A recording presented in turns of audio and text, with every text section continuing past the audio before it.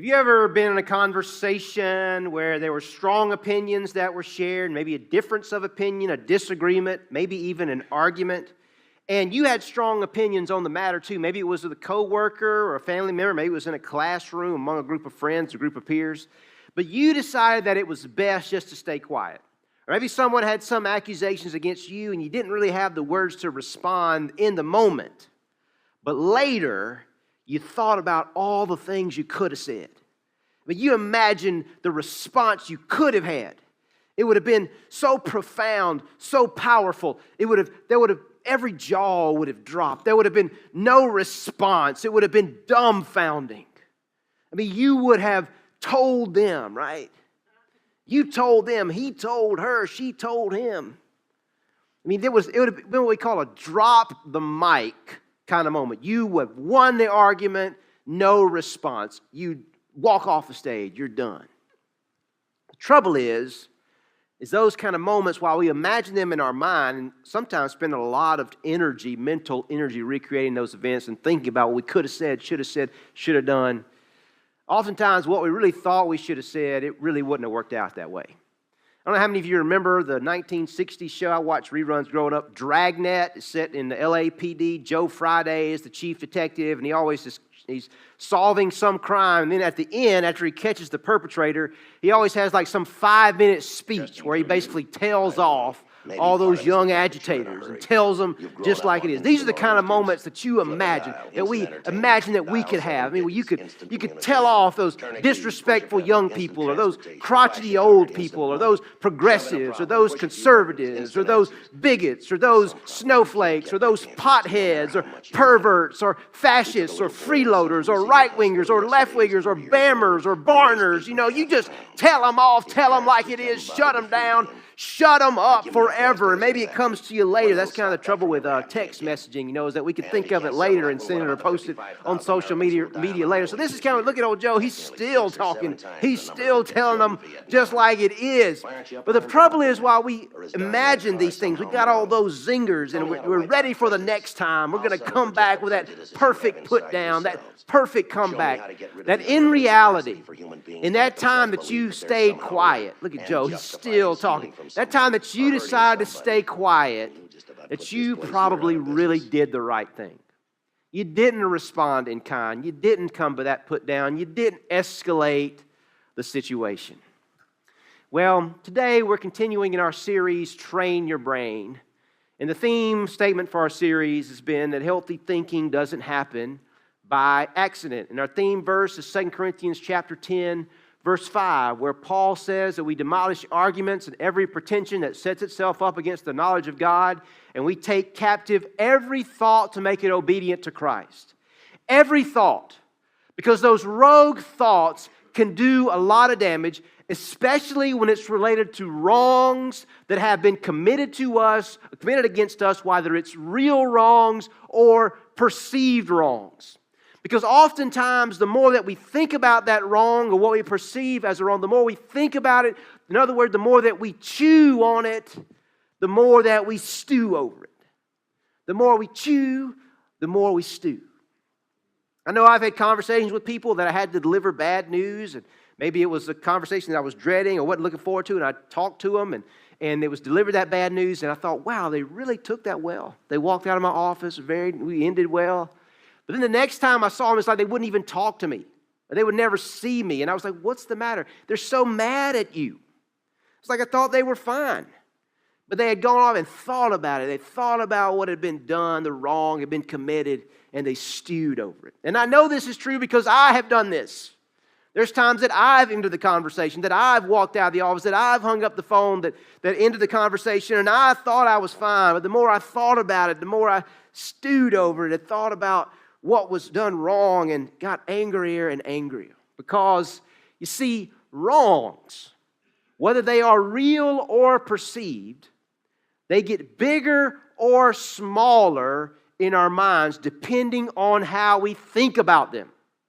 Nothing had changed from the moment I walked out of the office or they walked out of the office until the moment that I next saw. Nothing had changed except they'd had time to process it and think about it. And in their mind, that wrong that originally they were seen to be okay with, it got bigger and bigger and bigger.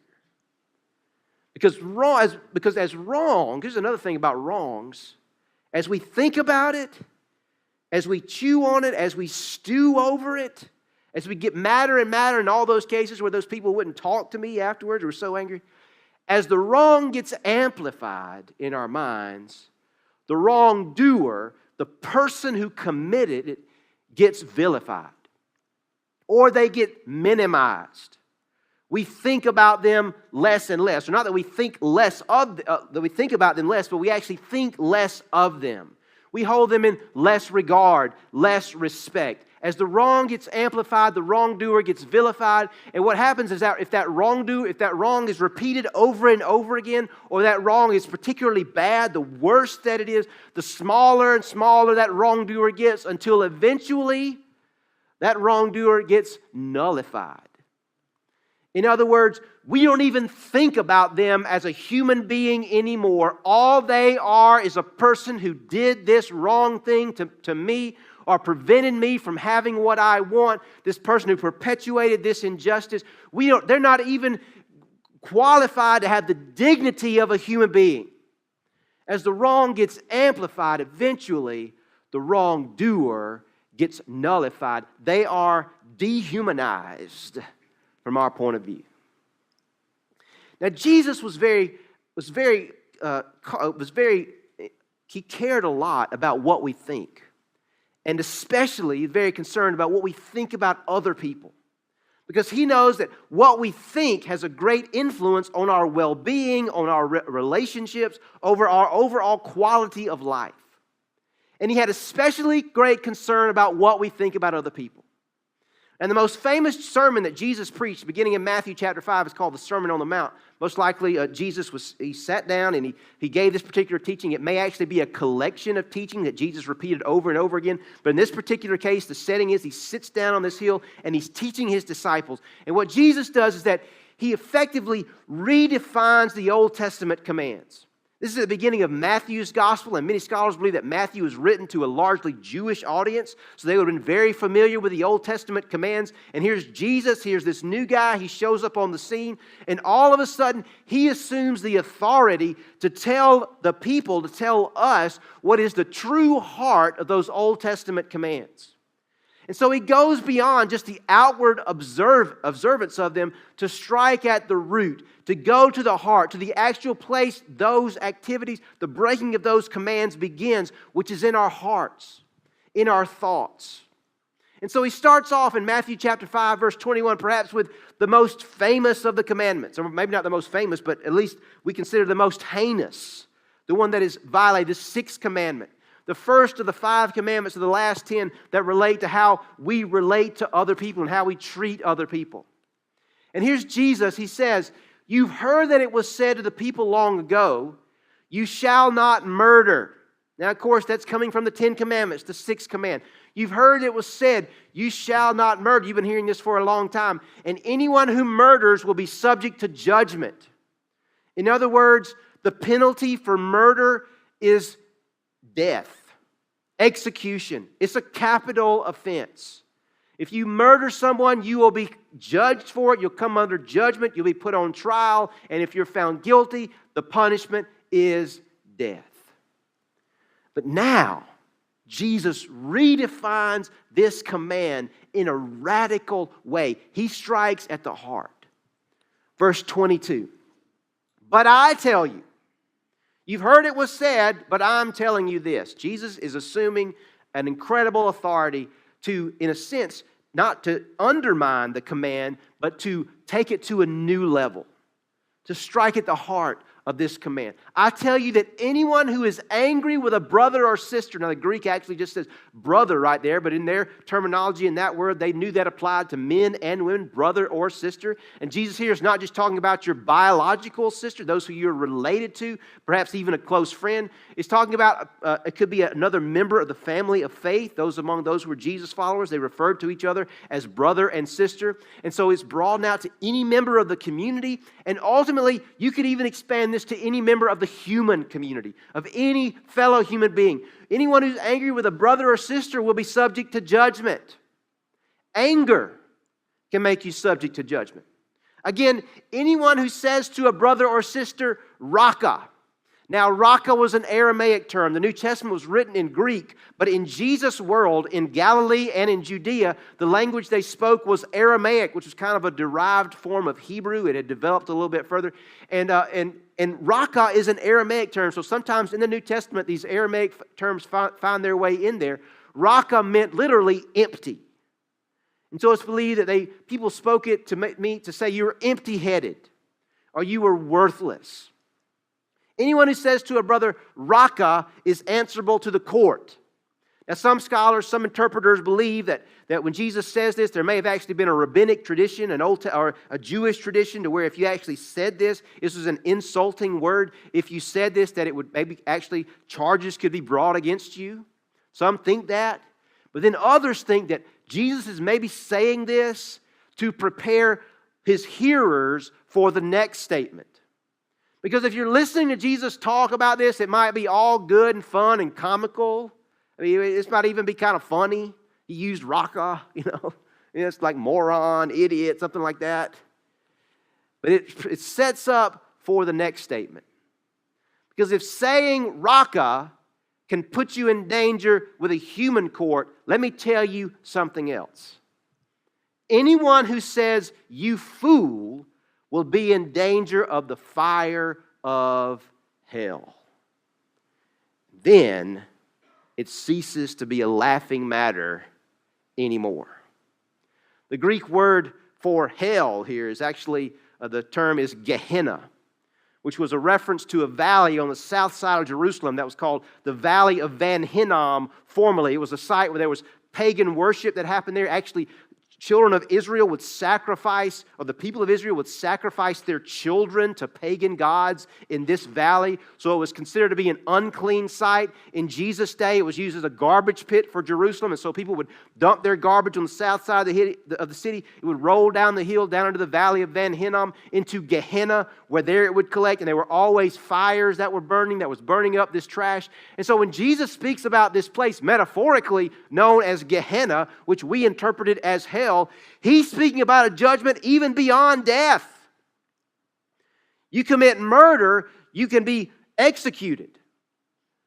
But calling someone a fool puts you in danger of punishment, judgment beyond death. I mean, this is not funny anymore. This is serious. His audience had to have been probably like you are now. What? Because in Jesus' day, I'm sure these terms were just as common as they are in our day. Idiot, fool, moron, dope, whatever you want, other words that I can't even say up here. We throw them around. What is Jesus saying here? Why is Jesus going in this direction? Well, you think about it. Murder is the ultimate drop the mic moment. I mean, you shut them up. There's no retort. There's no response. You win if you kill them. Right? I mean, maybe we don't think of it that way because it's so terrible, but you've had the last word. Well, when you cut that person off in your mind, and you label them, and you dehumanize them, and you declare them, put them in a box. They are an idiot, they are a fool, a dope, a moron, whatever. Haven't you effectively cut them off? You've shut them up. You've delegitimized them in your mind, that you've murdered them, killed them. Have you ever heard someone say, or have you ever said the statement, they're dead to me? I mean, what they did was so wrong, or what they've done over and over was so bad, I don't want to have anything else to do with them. I can't have anything else to do with me. It's like they're dead. It's like my son is dead. My daughter is dead. My sister is dead. My brother, my parents, my cousin, whoever, my friend, that person, my former boss, my coworker, they're dead to me.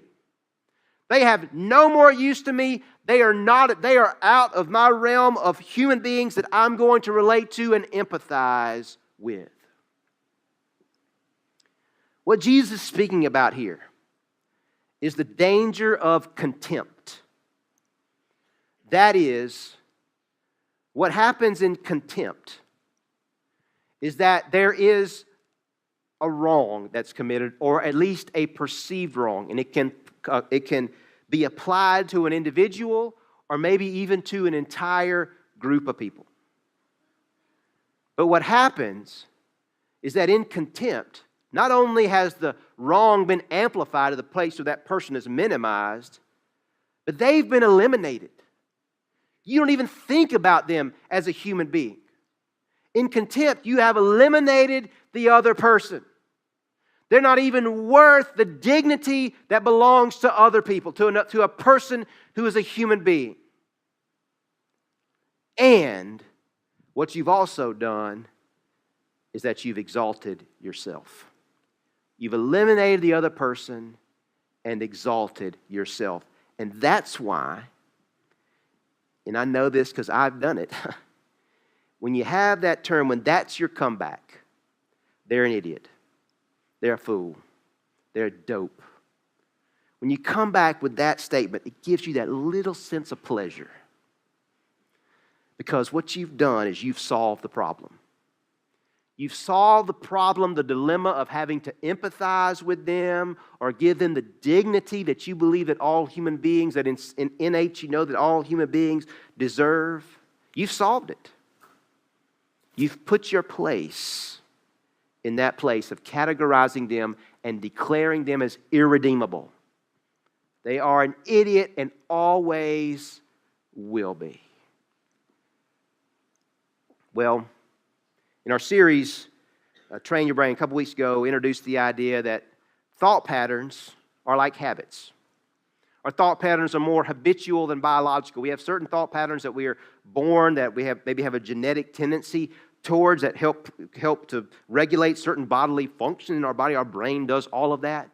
But then a lot of our thought patterns, most of our thought patterns, are habitual. They're developed from the time that we exit the womb. We start processing things in the world, and we develop certain ways of thinking about ourselves and other people and different events and things that we see. And we start developing a habit of the way that we think about people who have done wrong things or bad things, and specifically have committed wrongs to us. Maybe they did something bad. It was so long ago we can't even remember what it was.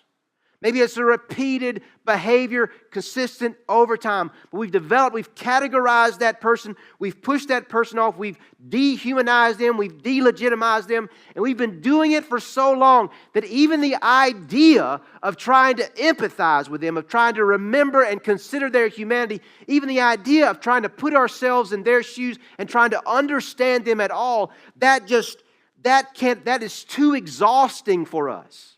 We don't even want to go there because we know instinctively that's what a habit is all about. A habit is formed so that it saves you mental energy. You've already dealt with them. You've already put them aside. Now you're asking me to consider that again. Changing that habit is going to require willpower. Changing the way that we think about other people and changing thought patterns in general will require willpower, and so that's why we're averse to even do it. That's why we recoil at this teaching, at this idea. Not just that what we've been doing has been wrong, but that the idea that we have to change it. It's like an elephant. It's developed so much momentum moving in one direction. The idea that we have to steer it, it's going to take a long time to do that. To remember that person is a human being. But that's exactly what Jesus asks us to do.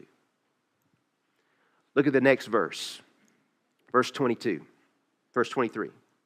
Therefore, if you are offering your gift at the altar, and there remember that your brother or sister has something against you. Now, maybe here we're talking about something they do that's against us, but if someone has something against us, isn't that usually like the first group of people that we will categorize? That we delegitimize, that we dehumanize? I mean, they got a problem with me. Well, the only reason they do is because they're an idiot. They're stupid. Why would I even care what they think? They're not even worthy the dignity that I would even be concerned about their opinion of me.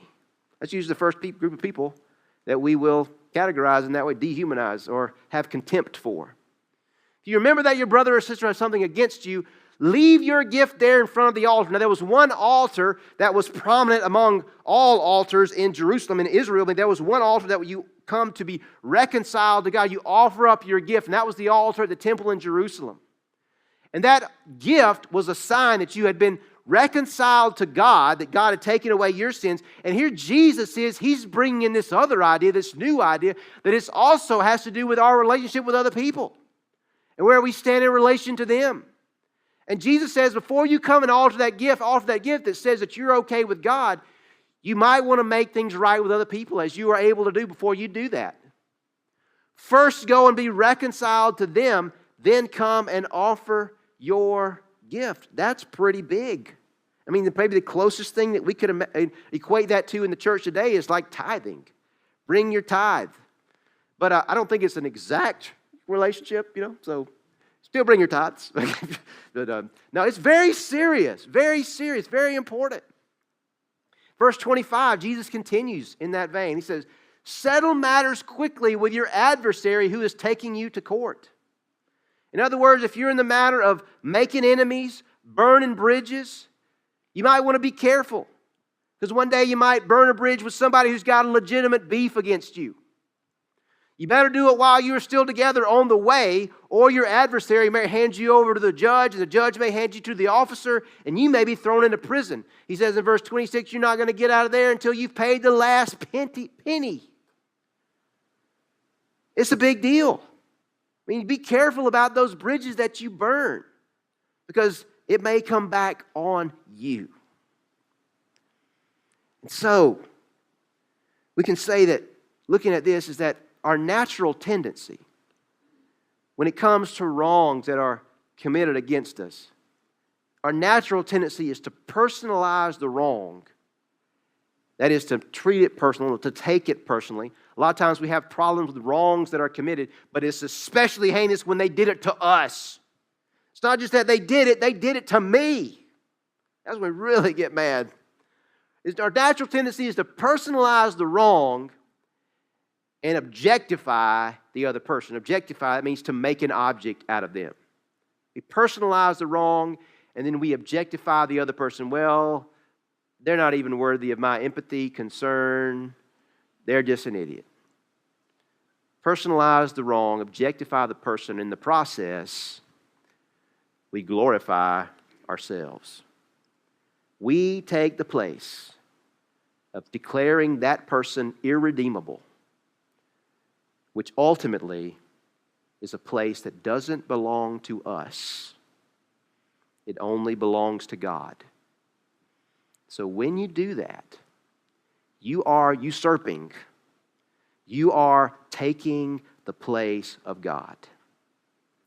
And you know what place is set aside for the first one who tried to usurp the place of God.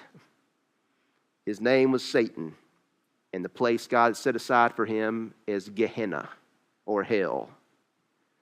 That's the place for those who usurp the place of God, and that's why Jesus says it's so dangerous when you take that role upon yourself.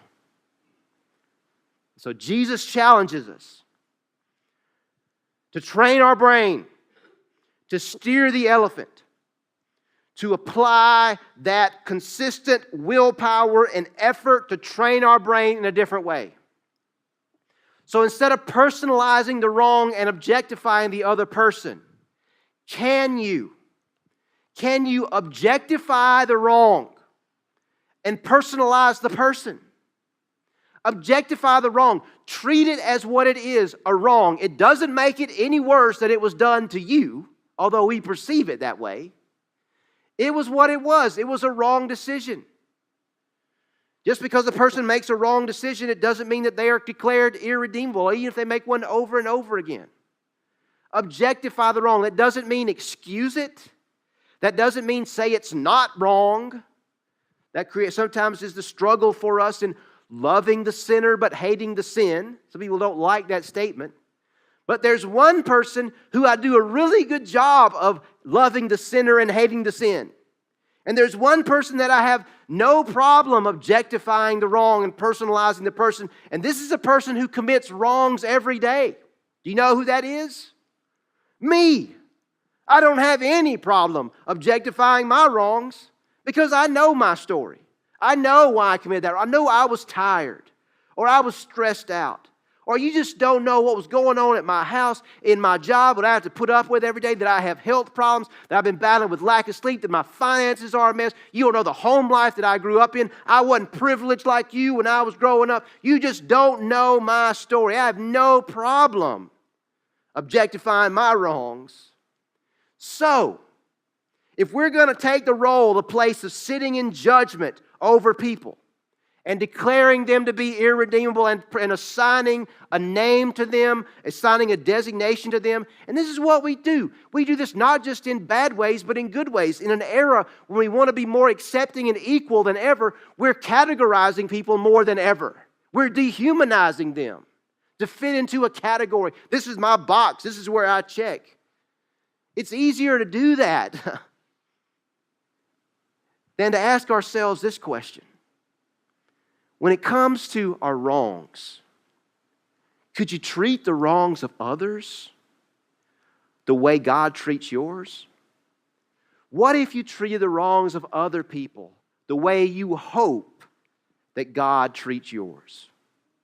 After all, God knows the whole story, right? God knows my struggles. God knows my personality. I have an addictive personality. He knows my struggle. We hope God takes all those things into account. And so what if you took those things to account when it came to judging the wrongs of others? I know none of us can do that perfectly, but what if you gave them the benefit of the doubt the way you hope God gives you the benefit of the doubt? What if you were merciful? Jesus said, "Blessed are the merciful, for they shall" what? Receive mercy. What if you treated others the way you hope, treated the wrongs of others the way you hope that God treats yours? What if you dropped the mic in your head and quit reliving those wrongs over and over and over again? And you let go and you moved on, and just because that person made a wrong decision or a series of wrong decisions, it doesn't make them irredeemable. It doesn't mean that it has to define them for the rest of their life and for all eternity.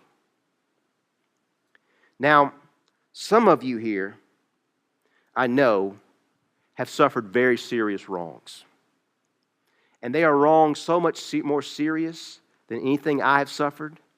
Wrongs that have not only forever altered your life, and maybe in some cases have taken away life.